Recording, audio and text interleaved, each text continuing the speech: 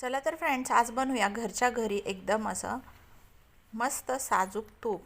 यासाठी सगळ्यात आधी 8 ते 10 दिवस ही मलई दुधाची साय आपण काढून ठेवलेली आहे. एका भांड्यामध्ये काढायची आहे स्टीलच्या. त्यानंतर हे असं जे ताकाचं भांडं आहे यामध्ये ही मलई फिरवून घ्यायची आहे.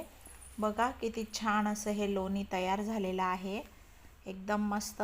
हे 2 वेळा फिरून घेतलेलं आहे, कारण की एका वेळेस हे एवढं सगळं पूर्ण एकत्रित असं मिक्स होत नाही. त्यानंतर काढून झाल्यानंतर त्याला असं स्वच्छ पाण्याने असं धुवून घेतलेलं आहे. आणि हे तुम्ही बघू शकता, ताकही किती सुंदर झालेला आहे. आता हा जो लोण्याचा गोळा आहे तो गॅसवर असा गरम करायला ठेवायचा आहे.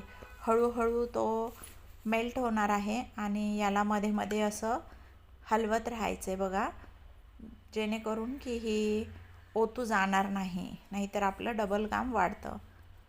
मंद गॅसवर याला छान असं उकळी घ्यायची आहे. बऱ्याच वेळानंतर याची आता तूप होण्याची प्रक्रिया चालू झालेली आहे. बघा, हे तूप तयार होत आहे आणि एकदम शेवटी जेव्हा खाली असं लालसर होईल तेव्हा आपलं हे तूप तयार झालेलं आहे. थोडं थंड झाल्यानंतर हे तुम्ही गाळून असं एका डब्यामध्ये भरून ठेवू शकता. बघा, 10 ते 15 दिवसात आपलं छानसं असं घरगुती तूप तयार झालेलं आहे. हे आपण शिरा करताना किंवा मुलांना चपातीसोबतही खायला देऊ शकतो. खूप मस्त आणि टेस्टी असं हे तूप तयार झालेलं आहे.